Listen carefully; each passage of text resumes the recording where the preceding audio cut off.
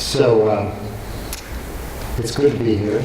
It's true this is not my usual format. Usually I'm teaching meditation retreats. But someone said, what are you going to talk about? And thinking about the scope of really what it is I'm working with, all I can really say is suffering and the end of suffering. And I'm not new in talking about that. That was sort of the short version of what the Buddha taught.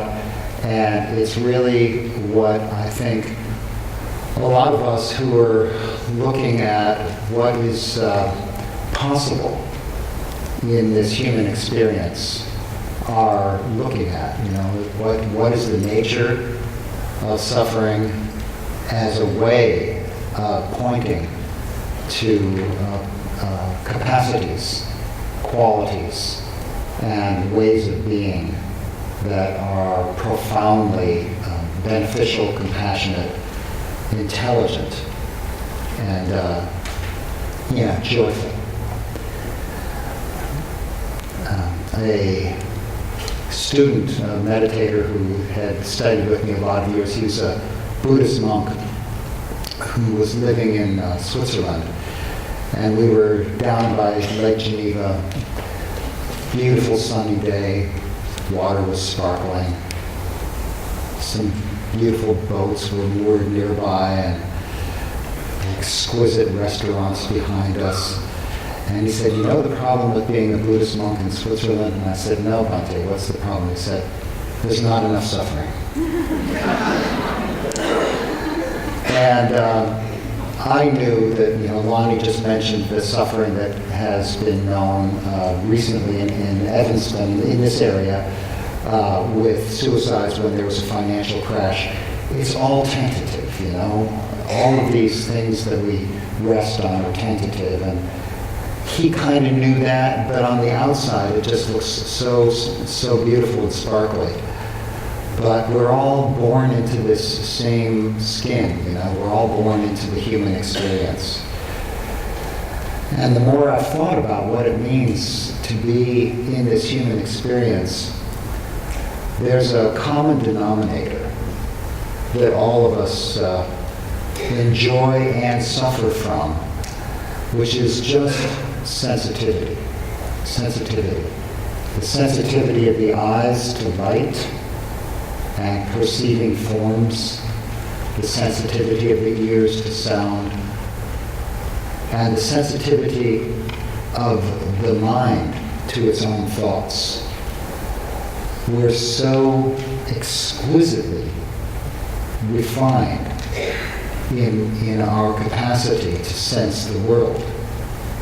It's how we've survived. It's how the animals with whom we share sentience, with whom we share being in this world, trying to survive, these reflexes, this color perception, the fact that we can hear, if we're in a quiet and anechoic chamber, we can hear the blood rushing through our bodies. We can hear our heartbeats. It's not usually that quiet, but we have that capability.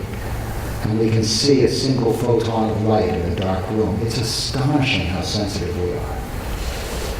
And, you can see how this would give us an opportunity to survive, to find food, and so on. And so the organism, this human organism, is, you might say, sensors moving through an environment, being touched by the world. And it's just natural that the organism is seeking what is pleasant and pulling away from, recoiling from what's unpleasant. And it's reflexive, it's survival, right? Poisonous foods tend to taste very bitter. Dangerous things tend to be very loud. And so this moving through the world and responding to the world begins to form patterns in the mind in terms of memory, and moves through the cells, is passed on genetically, various preferences, And the species evolves as a whole, embedded with these preferences. And meanwhile, there's this constant search for food, warmth, safety. And it's organismic, it's built in, it's deep in each of us.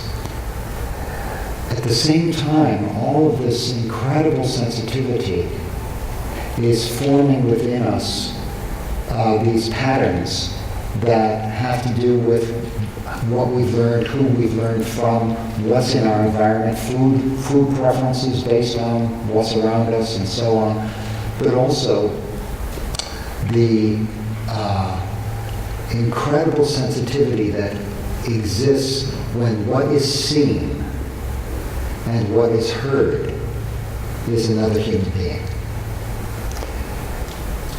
There are special circuits in the brain for facial recognition. There are the so-called mirror neurons that without any cognitive involvement, without our trying to do anything, are responding to other people's actions as if they are our own. So there's this built-in learning algorithm, you might say, or learning process that's going on in response to other people. And the infant can recognize the mother's voice from different voices in a few days and respond to other people, respond to human faces within hours. So we're intrinsically social relational beings. So if I take us back a moment to survival and point out just as the color vision and the subtlety of vision and the capacity to hear and the pattern recognitions of the auditory system, just as all of these things have had survival advantages, so does all of this social relational sensitivity. Who's safe? Who's dangerous? And in some sense, a built-in way of engaging with, and you might say operating within, a strategy of how do I get love. The baby cries for attention. The baby doesn't get attention, what happens? It dies, right? Physically it dies because it has no food. So the connection between being seen and survival is not it's not a leap. It's two sides of the coin. And that sense of being seen, feeling safe, follows us through this life where constantly, as we grow up through our early years, our teen years, looking to be seen by our peers, is it any surprise that as adults we long to be seen, we long to be recognized, we hunger for it. And at the same time, the same organism that's hungering for the pleasures, hungering for the warmth and hungering for the good foods and hungering for the pleasant touches, is also hungering for this being seen, for feeling safe and stabilized in the world, for having the sense of me filled up by being seen, by being recognized, by being heard, by being responded to by you, by being understood by you. So before I move on, I want to really point out, do you see what I'm saying? That this is surviving. This is not like a middle class extra or something. This is survival. And in fact, when one isn't seen, when one isn't heard, shall we say, solitary confinement, this kind of thing, insanity is the common result. This is a deep intrinsic hungering of the organism. And whether it's the biological mechanisms by which we hunger for certain food, or the psychological mechanisms by which the self comes to be and comes to be stabilized, it's all the same. It's a hunger. It drives us.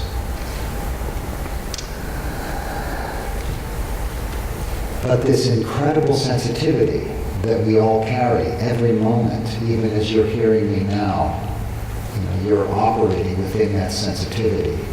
Not only that you feel yourself sitting on the chair or you sense the light as it touches the eye, but your sensitivity to this particular human form, me, and my voice, how I'm talking, what I'm saying, the tone of my voice, the look of my face. You can't help but assess. Is this guy for real? Is he safe?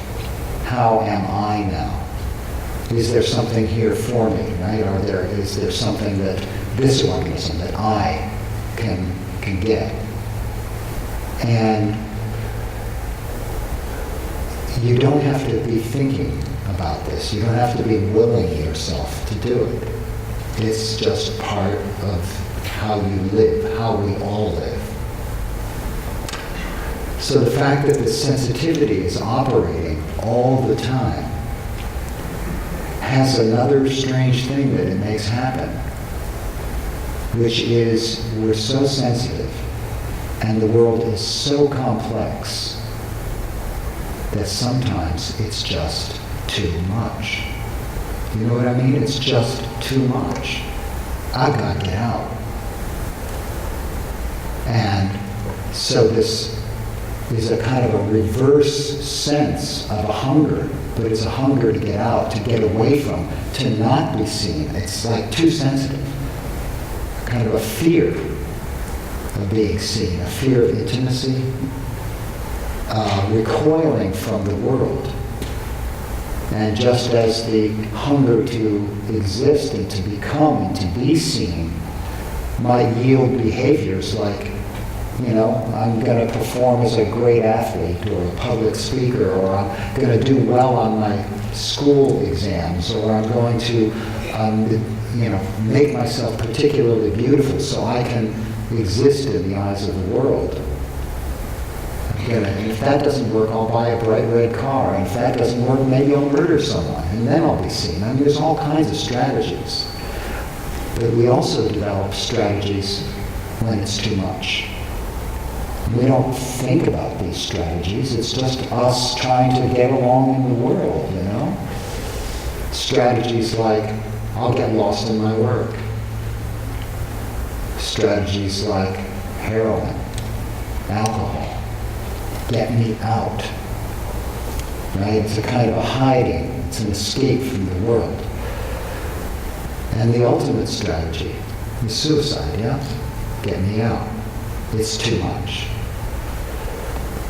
But the common thread that each of us holds with the person who suicides is that sometimes, for us, it's too much. For every one of us. This is not some pathological anomaly. This is just part of being a sensitive being, which each of us is. If you weren't, you wouldn't understand the words I'm saying. There's an incredible intelligence behind your capacity to understand this language, behind your ability to recognize something about me by listening to the tone of my voice and the way I speak. That means, with that kind of sensitivity, comes all the rest of it. So what happens with this incredible social interpersonal responsiveness is that not only am I, as an isolated individual organism, trying to survive in this big cruel world or something like that, it's that we are trying to survive. And we work together, we are together, we function together to survive and hopefully to thrive. And if we didn't have that as part of our mechanisms of evolution, we would not have survived.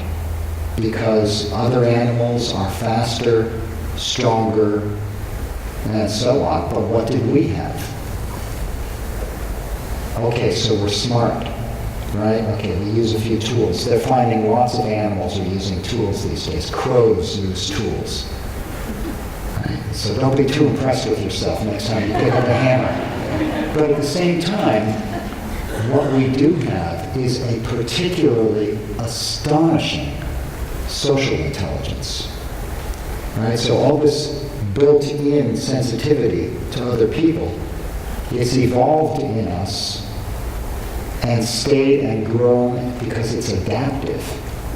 There's a survival purpose to this. And when we work together with others, we can catch the big animals. We can be warm in a cave. We can invent things. We can create civilizations.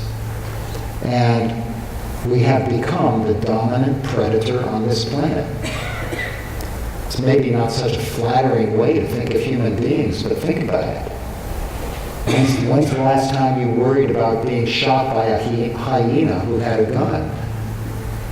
Made by what? Hyena firearms? I mean, these are all things that are done by social effort. Could any of you have designed this building, let alone built it by yourself? Could you even have created the fabric on the chairs? Could you have crafted the ring on your finger? Or made your shoes? And of course, we have all the other affordances of that in our legal system, monetary system, and on and on. So it's been described, this leap from individual survival and thriving and search for resources to the collective by people who are interested in following the social evolution of the species as a kind of superorganism. And we're part of that. The person who maybe is the CEO of Walmart can't have that position without the person in the stockroom in Boise. It's not possible. It all works together. One makes the other possible. So we also see that the system reveals to us our hungers, right? Our hungers for pleasure. So we want money. So we'll do things to get money. So we'll work up the ladder to be that CEO of a large corporation so we can get more. Or maybe just to be the in-house attorney. Or maybe just to be a middle manager. Or maybe just a good job as the janitor. But we're all looking for enough comfort, which is a search for pleasure, a hunger for pleasure. And we're all looking for some kind of stance in the world, a hunger to exist, to be seen, to be respected. And we're also all constantly looking to fulfill our strategies of protection, of safety, the urge to get out. And what happens is that these kind of, the push that's behind these things keeps us on edge. It's never enough. It's not like we want just one good chair, just one good jacket. It doesn't work like that. We want multiple chairs and multiple jackets, and we want more square footage in our houses because we're trying to stabilize ourselves in a world that's contingent and permanent, that doesn't have any promises. So let's get the most and the best, and that becomes a kind of, when I get all these pleasures, then my life will be cool. Then it'll be good. But it's never quite enough. It's never quite enough. When I have enough power, when I have enough respect, when enough people know my name, I'll be seen, it'll be fine, I'll be filled up, I won't need to be seen anymore. Do you think that it's ever enough? That you're done being seen, that the cup is completely full and it stays full forever?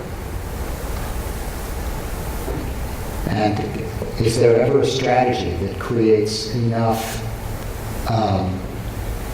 instant invisibility that the fear of being seen by others, the fear of intimacy, will ever be completely and lastingly met?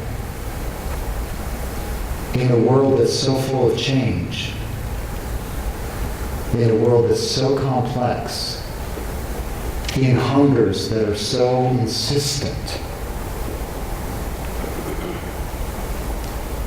it doesn't end.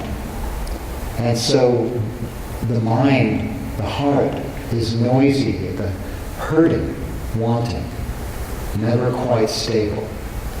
It's always the next thing. Maybe we take a day off on Sunday, we have a cup of coffee, we have the newspaper, and for a couple hours it's, seems pretty good. Next moment, oh, I was going to do this today. It's on to the next thing. And we have to ask, how frantic, how always leaning forward into the next thing do we want this life to be? Is this as good as it gets? Is this the optimum human experience?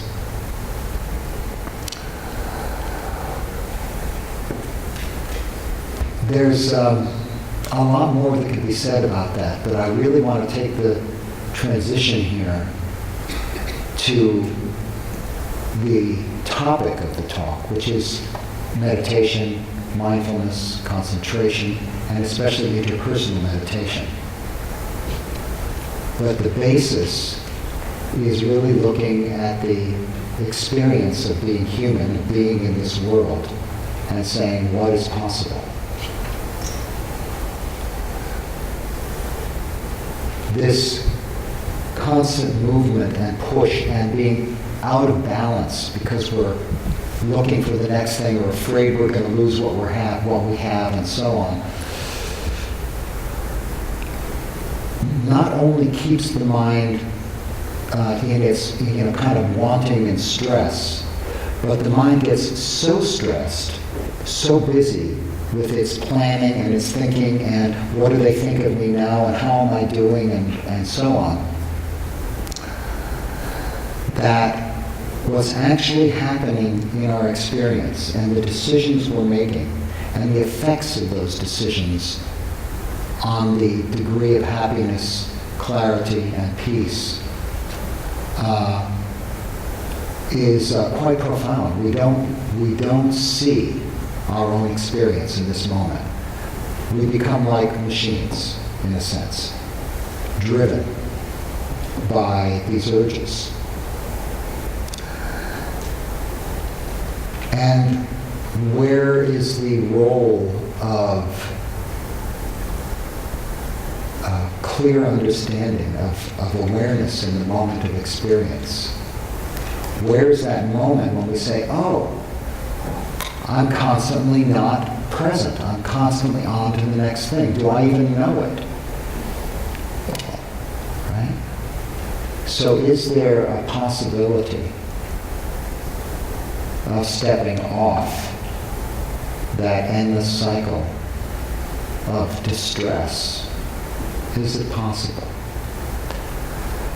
And as you'll see in a moment, I'll ask the ways that we create distress with each other, is that necessary? And can we wake up, be more clear and present moment centered with others? And finally, I hope to lead us into a short investigation of what we might call our unrealized relational capacity. That it's not just how do I diminish the suffering, but how do I increase what's deeply good and possible. So mindfulness, as some of you probably know, it's moved from downright obscure aspect of Buddhist meditation into mainstream culture, and on the the logarithmic curve, we're on the steep slope of that rise right now. When I started practicing meditation 40 years ago, there were no books on mindfulness, certainly, except a few from Sri Lanka. And all the books on meditation would be construed as frankly religious. They were Buddhist books mostly, and mindfulness was not the focus of them. Meditation was the focus, and mindfulness was one aspect of that. And so it was as the curve just very gradually, sloped up, and more people started meditating, and we began to hit some kind of critical mass a few years ago. But there's an interesting kind of problem there is, what is mindfulness? And trying to define it, and trying to touch the experience of it. So if we speak about something as simple as your experience right now, let's make it something you can sense. So do you feel your body sitting? And I don't mean that you have to sit a special way. Just see if you can feel the posture of your body. Like maybe your arms are crossed or your arms are in front of you. Do you sense, where is my body? Okay, just the shape of it. I see someone like this, and I see someone holding a program, and right? Legs crossed, legs straight. So now you're aware of the body? Yeah? Okay. So this body of yours, you still aware of the body as I'm speaking? Okay, this body of yours has been sitting here listening to me for the last half hour. But do you feel it now as you're listening? Make sense? I need to see if you are hearing me. Yeah, okay, thank you. It is relational, right? So just that little switch, if you feel the body now as I'm speaking to you, gives one a sense of here, a sense of this body being here. So experientially, was here ever distant? Another way into this, if you just notice specifically, where are your hands? Just pay attention to where your hands are.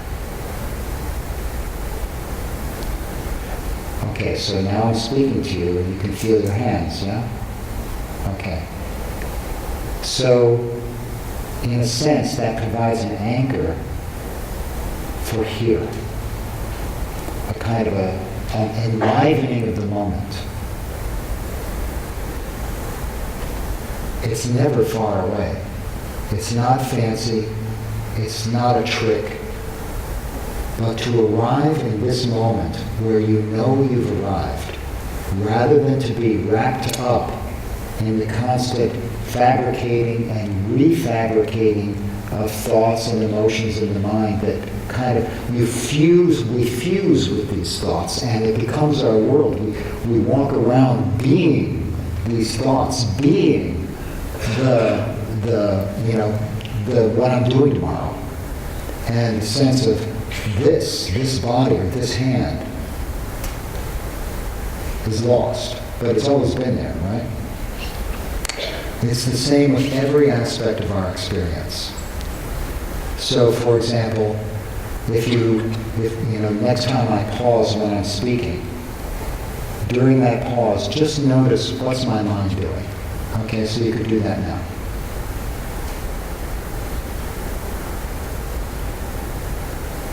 Whether it's thinking, there's a certain tone of the moment, maybe it feels like the mind is racing, even if there's not a thought, maybe you feel a kind of a churning of the mind.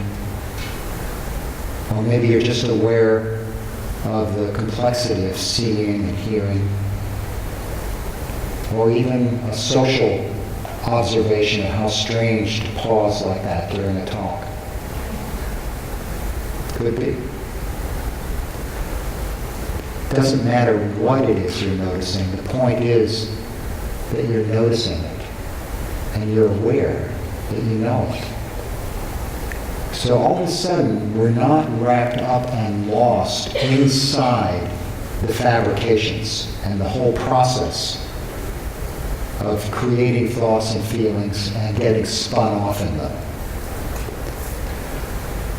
So this pause, where we stop that process, that frantic driven process of the automatic drivenness of the organism, is what I'm referring to as mindfulness. It's a remembering the awareness, remembering here, remembering now, just this sense of now. Can you sense how, like these words that I've just said are finished, like that, gone? Do you know what I'm going to say next? That's the now I'm talking about. That's never far away.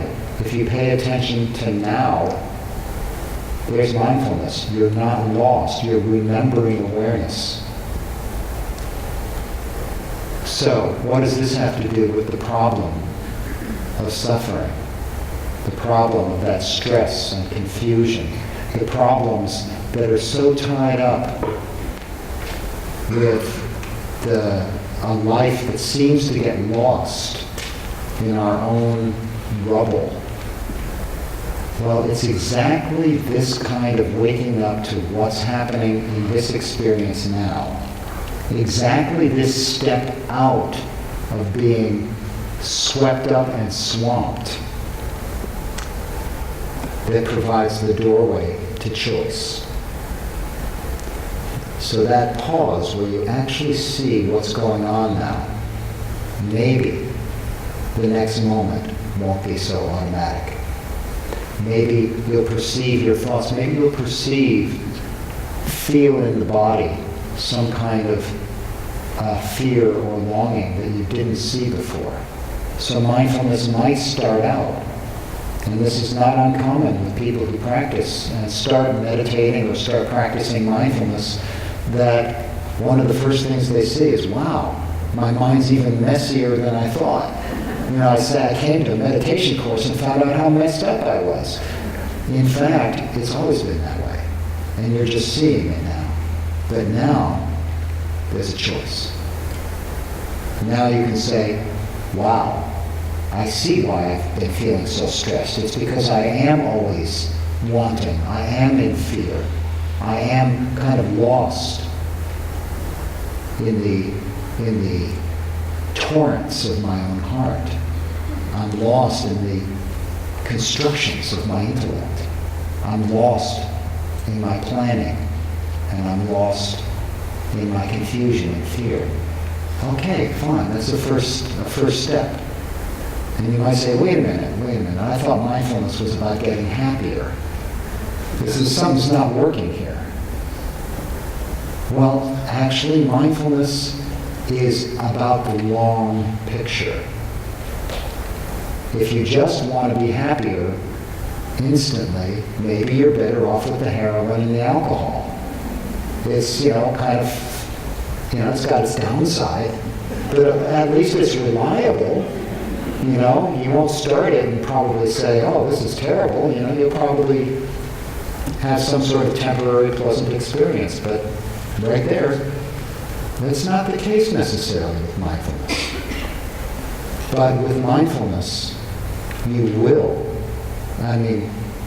with some diligence and patience, you will very quickly touch, when I'm actually aware of what the mind is doing, it slows down, it settles. Some peace comes in by itself. You don't have to push away the feelings or emotions. You don't have to fabricate peace or some notion of a good meditator. Like, my mind should stop Bah! Your mind's been making thoughts all your life. You think you're going to sit down to practice mindfulness and it's just going to stop? Dream on.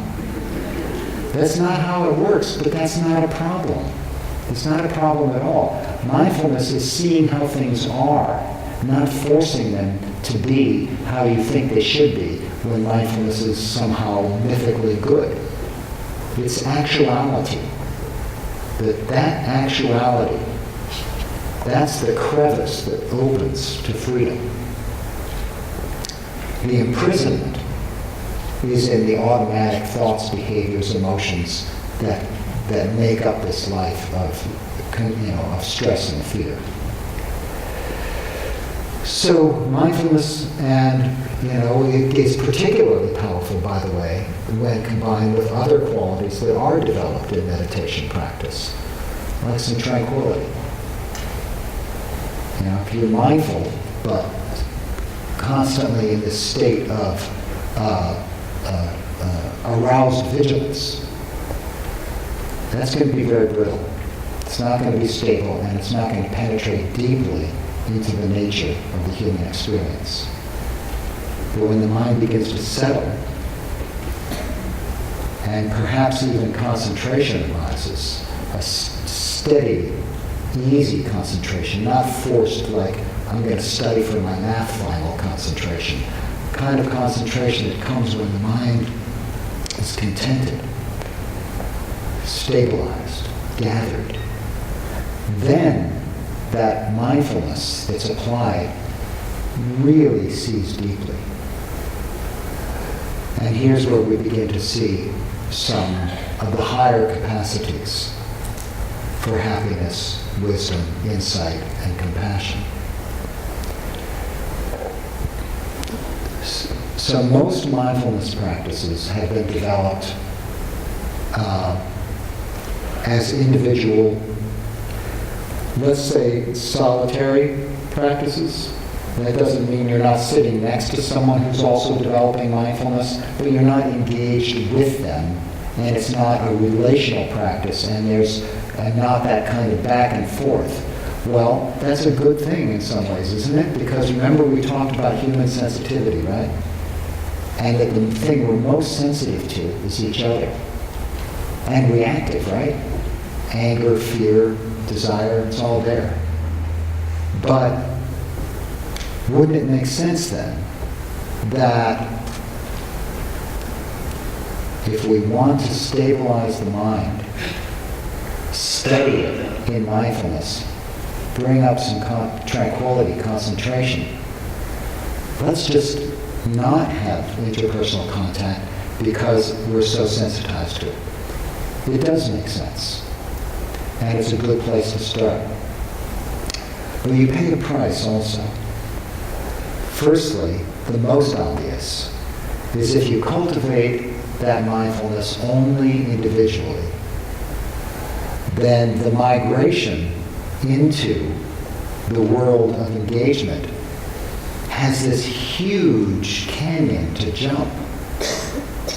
You have to be the Evel Knievel of mindfulness performers to get across to the other side with jets on your motorcycle to get over that, because you have to engage with language, and you have to engage with the thinking mind internally, then you have to engage with another person, and then they're talking back to you, and that's all brand new to mindfulness, and it can be very difficult.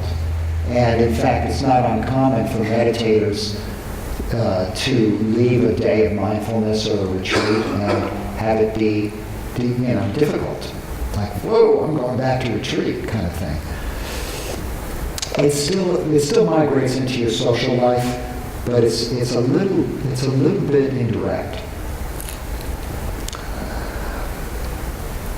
So what if you could cultivate this quality of remembering to be aware? Remembering to be aware of your body, of your thoughts, remembering to be aware of other people without falling into all of the reactions and fusing with those reactions, which is what we usually do. Could we actually be awake together?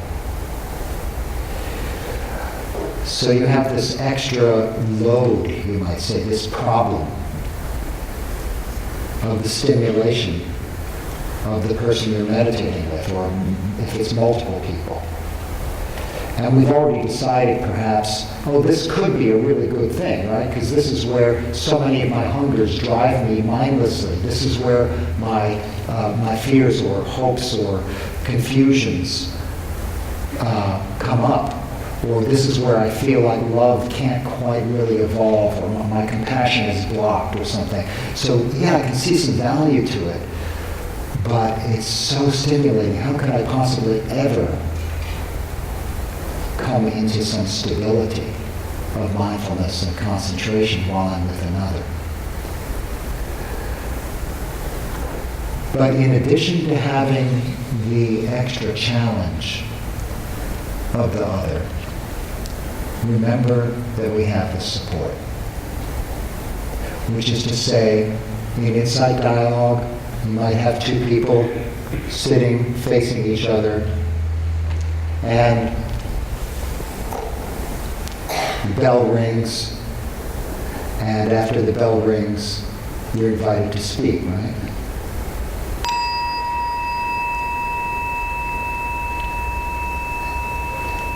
And you've been given some instruction for pausing, relaxing, finding some stability in the moment, opening the awareness to internal, external, and both. You've been given instructions and all that.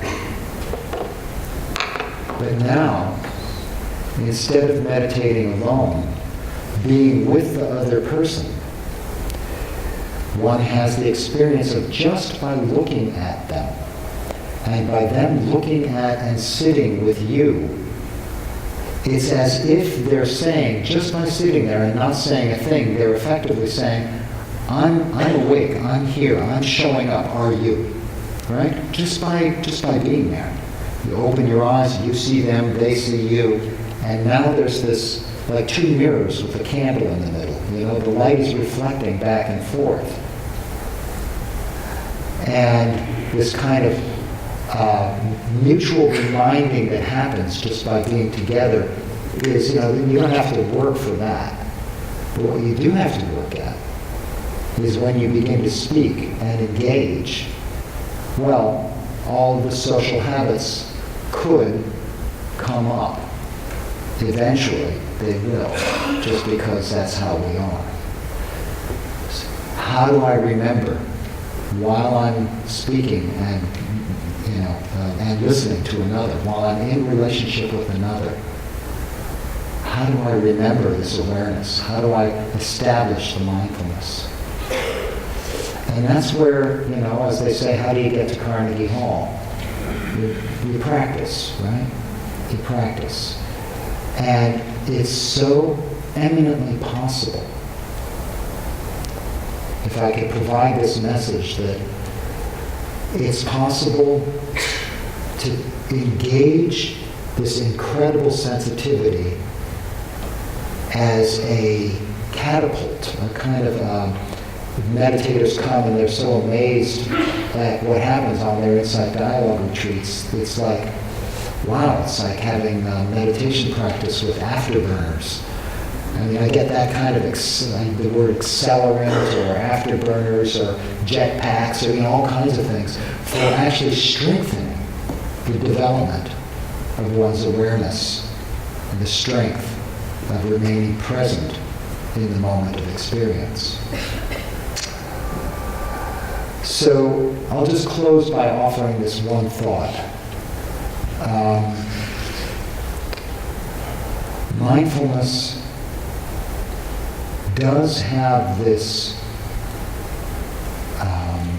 tremendous healing capacity for much of what ails us. It's being applied now to eating disorders, smoking cessation, the moving through depression and anxiety and borderline personality disorder. It's being used for people in all kinds of beautiful therapeutic ways. And this is It's like we have an airline accident, and we have to run to the scene, and there's triage. We have to help these people who are bleeding and hurt. And we can do this. And to not do so is to lose an opportunity to be a benefit, to function with compassion. And the people who gain the benefit gain their lives. But I ask you, who's doing the work of saying, why did the airline crash in the first place? Who's doing the work of finding the black box and discerning what caused that accident? And this is a kind of a looking deeper at the human suffering. So we have the kind of the triage, which we need, tremendously healing and powerful. And we also need to look at the whole of the human condition, kind of a wisdom mindfulness that says, I understand that even when there hasn't been an airline crash, even when I'm not in depression or I'm not overwhelmed by my inability to cope with life, the ongoing fear or the ongoing sense of unfulfillment, the loneliness, all of these things can be benefited by being more awake. And it's possible to touch quite profound and I would say innate capacity for clearness, for peace, and for the natural compassion that comes up when we meet each other and the mind is present and open.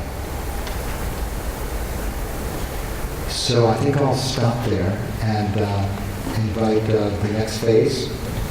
Holly, maybe if you want to make your way up. So Greg is going to be joined. Greg, you can also take a chair. It'd be great. Greg is going to be joined by Holly Nelson-Johnson. She's a certified family nurse practitioner, a senior mindfulness-based stress reduction teacher, and an interpersonal mindfulness teacher. She was the founding president of the Illinois MBSR Mindfulness-Based Cognitive Therapy Teacher Research Consortium. She has been involved in MBSR clinical research projects, has worked cross-culturally, including social justice and third world relief work. She served as medical provider and faculty in the Department of Medicine at Cook County Hospital. It's a strange sound. Do you hear that sound? The wind? She co-founded the MBSR program there and taught in the primary care behavioral medicine residency training programs. Holly is a member of the University of California San Diego Mindfulness-Based Professional Training Institute, offering MBSR mentorship and teacher training. She is the director of Mindfulness for Living, offering applications of mindfulness-based approaches in medicine, education, business, healthcare, and society. I met Holly. She was at the 5-day retreat that we all did in June. I was actually quite curious about Holly, and probably inappropriately so. I was quite curious. She was just a presence. I kind of couldn't take my eyes off of her many times. And then at the very end of the retreat, when she broke silence, she walked up, she said, "Lonnie!" She said, "Whoa!" It's almost like I had met this whole other different person. And we formed this nice friendship. And so she's been to many ID retreats and knows Greg well. And so we thought it would be nice for her and Greg to be a little bit in conversation, maybe 10, 15 minutes, and then we'll take Q&A from the audience. So with my pleasure, Holly, please take it away. Thank you, Lonnie. Can you hear me? Holly, try talking for a second. Hello, can you hear me? Okay. We got a weird hump. Let me try. Shall I wait? Is it me or is it them? You think it's her loud, you think? Why don't you try mine? Turn yours off and try this.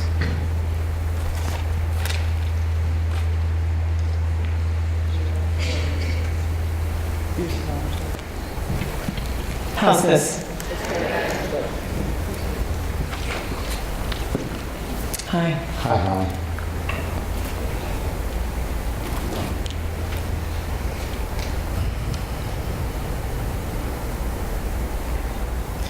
So you started out this evening talking about suffering and the end of suffering. And this morning in a practice session over Skype, we found out that one of our friends, Judy, is sitting in the hospital with her son who has meningitis. So suddenly there's this immediate awareness of our own vulnerability. So how does this relational practice, and how has this practice supported you in your own life with the immediacy of our own vulnerability and the immediacy that life can change in a heartbeat? Right. These kinds of moments of mortality that cut to the quick are the times when I personally have been most grateful for having a background of remembering the moment.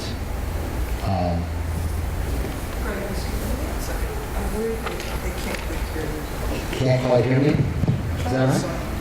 I'm sorry, turn off your lab. Sure. I'm sorry, excuse me. Sometimes labs are just weird in here.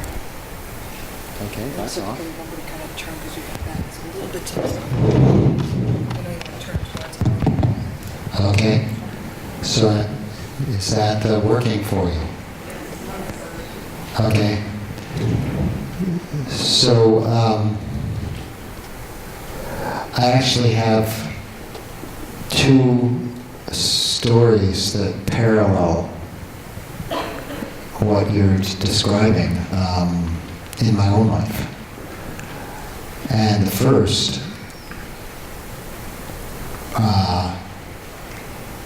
was the experience of the death of my own daughter. And you know, I can spare you the lead up to that, but for those of you who are parents, perhaps it's an unimaginable and never, one of those things that you don't think will happen, and if you were a praying person, you would pray God it doesn't happen. Good thing, that's smart, because it hurts.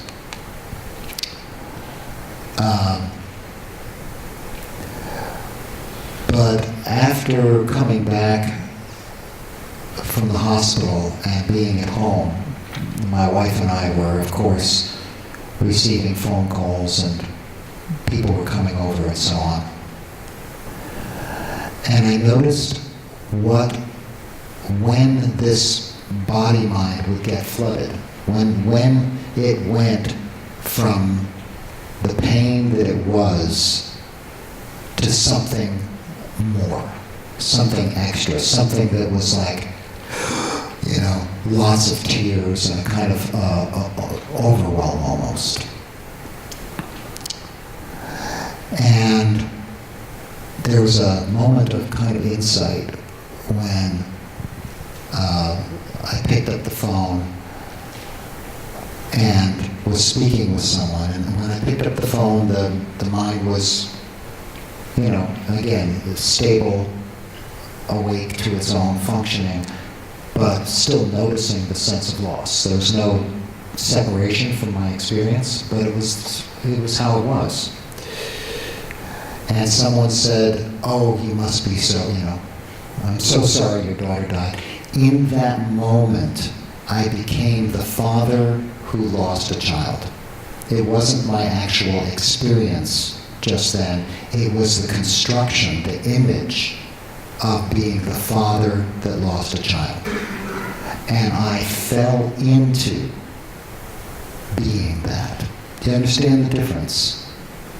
There was a sense that I went from really being with what was happening, but stabilized in it because life was just what it was, to moving into a whole built-up notion of who I was and what had happened to me.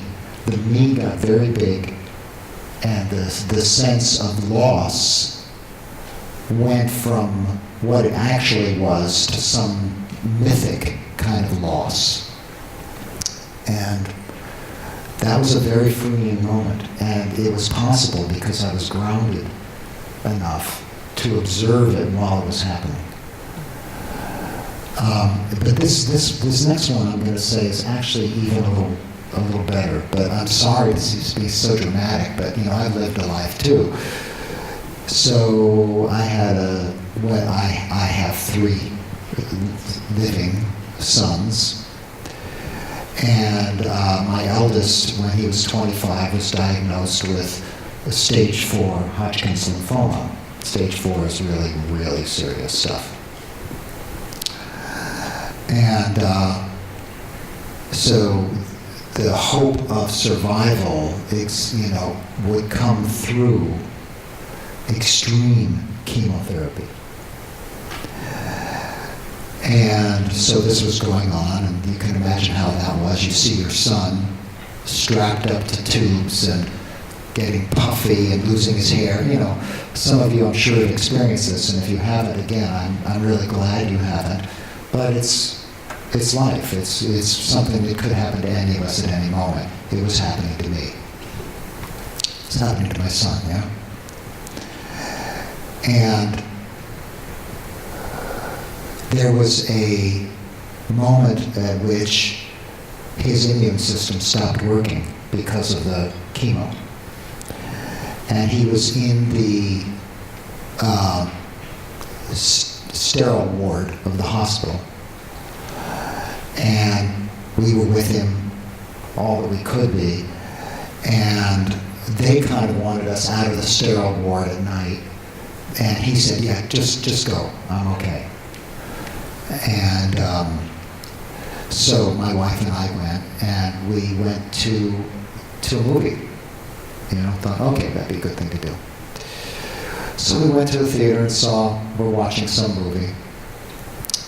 And up until going to see that film, I had been working with being at the edge of what was most terrifying to me, which was my eldest son dying, by just staying in the moment, staying with him, staying with my own feelings, staying with my wife, and always being in the present moment. And I had seen how, if the mind started to move into stories of what might happen and so on, it got really horrible. And so here it was just like, okay, this is not good, I'm not enjoying this, but it's workable, I could do it. So I kind of let that down, and I went to this movie. Because, you enter the film as a process of mimesis. You kind of enter the world.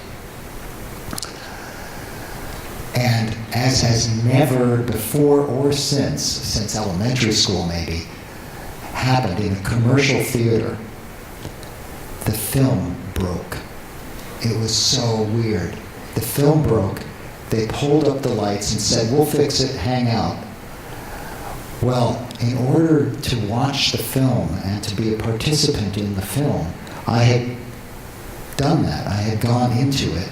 And now here I was without the mindfulness. And in that moment, sitting in the theater seats, just like the seats you're sitting in, I could feel this chasm just open up beneath me of terror. Oh my God, my son might die tonight. I can feel the tears as I tell you.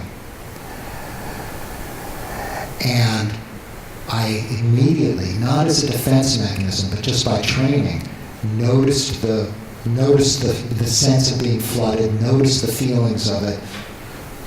So, wow, look what's happening. And in that moment, there was just, this is what's happening, and it was workable again. It wasn't pleasant. My son was not any better than he had been 5 seconds ago, right? So when you talk about life and its real stuff, that's where this kind of work reveals its incredible power, the triage power that I was talking about.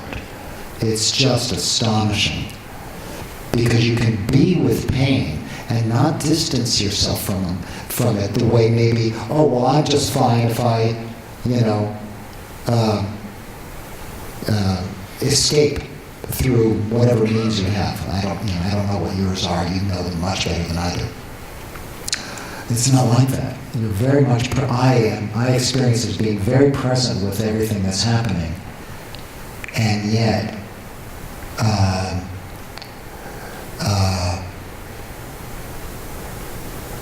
just not falling into what I make of it, to what I make up around it.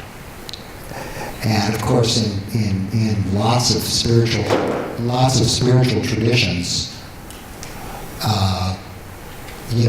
death is considered to be an important teacher. Christian tradition, Buddhist tradition, all over the place. Death is one of the big contemplations, you might say. Well, what about preparing for the moment of death? What about preparing for your final month or two? Some of you have been, if you don't mind my saying, lucky enough to be with someone who's been dying. It's not always the way it is in the movies, It sometimes can be kind of messy or difficult. So kind of the ultimate test would be something like that. But even the little stuff, I'm with my wife, and we're having some disagreement, and it falls into patterns that probably doesn't happen to you guys at all.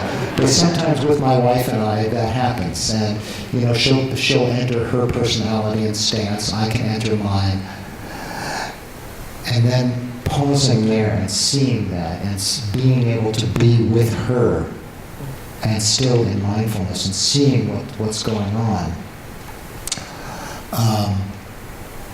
really gives me an opportunity to differentiate what's the issue and what am I really doing here. Am I defending my rightness, myself? Am I holding to something that's going to just try and stabilize my correctness or my self-image as the one who's got it together, or whatever it is, and then would then make her, of course, the wrong one, the bad one, or whatever. That never works.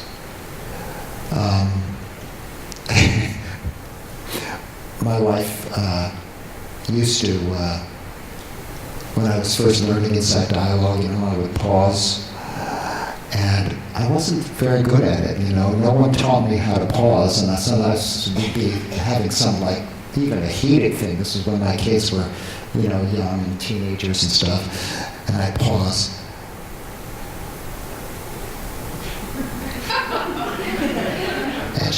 And she once said, "I hate it when you pause at me." Because I was learning to do it, I was kind of disconnecting from her when I would pause. I wouldn't get more present, I would get less present. I had to learn to practice too, And, but then she began to see, when he pauses, she sees that the logjam breaks, right? And I'll very often capitulate because she's so often right,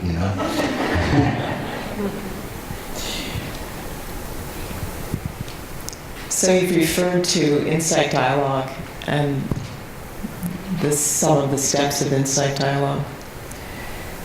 In pausing, relaxing, opening. I don't think you mentioned trust emergence, listening deeply, speaking the truth. What do you actually see, Greg, when the mind is still? When you're in relationship with another person, what do you see?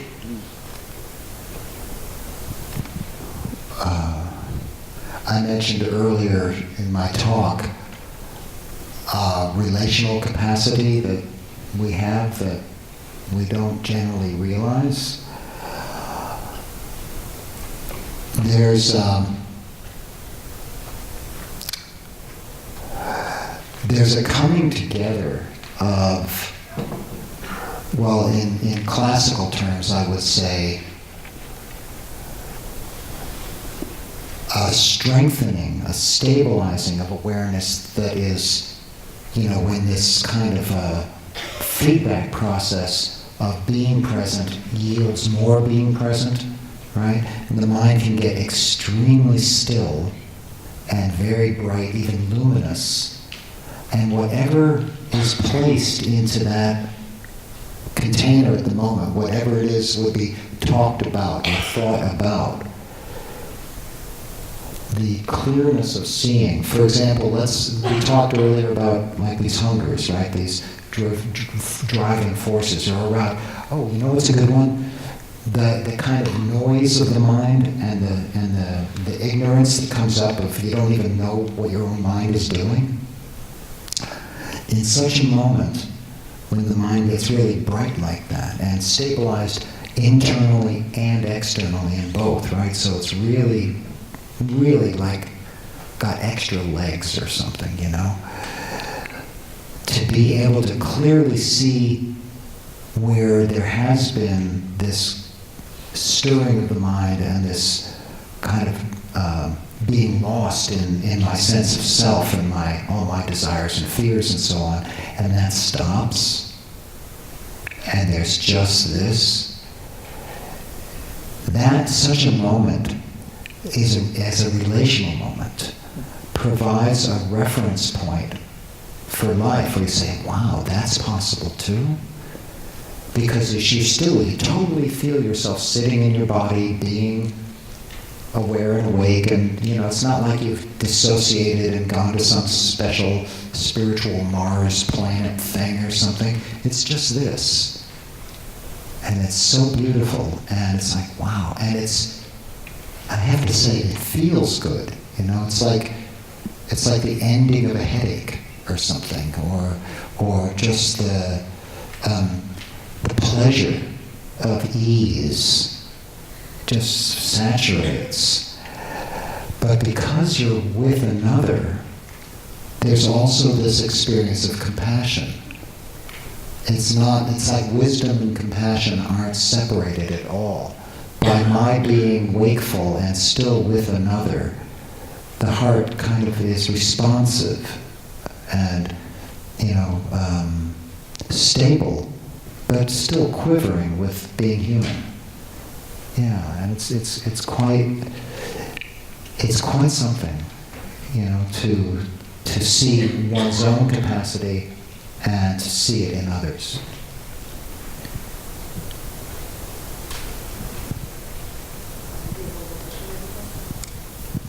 One last question. Yeah. So in this relational practice, I can't hide. I can't close my eyes and block you out because we're here in dialogue. Is there enough room in the vulnerability that I feel, that any of us would feel? Is there enough room for joy? And is there power and pleasure in being awake? Can you speak to the joy of that, even with all of life that's happening? Yeah, what I just mentioned is something that does happen not infrequently for people who've given themselves over to a little bit of practice. But even with a little bit of practice, and I mean, maybe once a week for a month or two, or perhaps just even in your first encounter, if your mind or your heart is ready for it, or with a one-day retreat when you really give yourself to the practice, just a little bit of seeing the gripping of the mind and seeing how it begins to let go when it's seen, just that much. There's something they say about kind of Buddhist practice and meditation. Good in the beginning, good in the middle, good in the end. And that good in the beginning is like right there.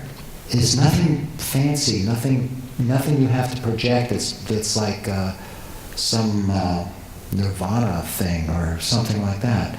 Right there can be a loosening of the cables that bind the heart. That's all it takes. Yeah. That's great. Yeah.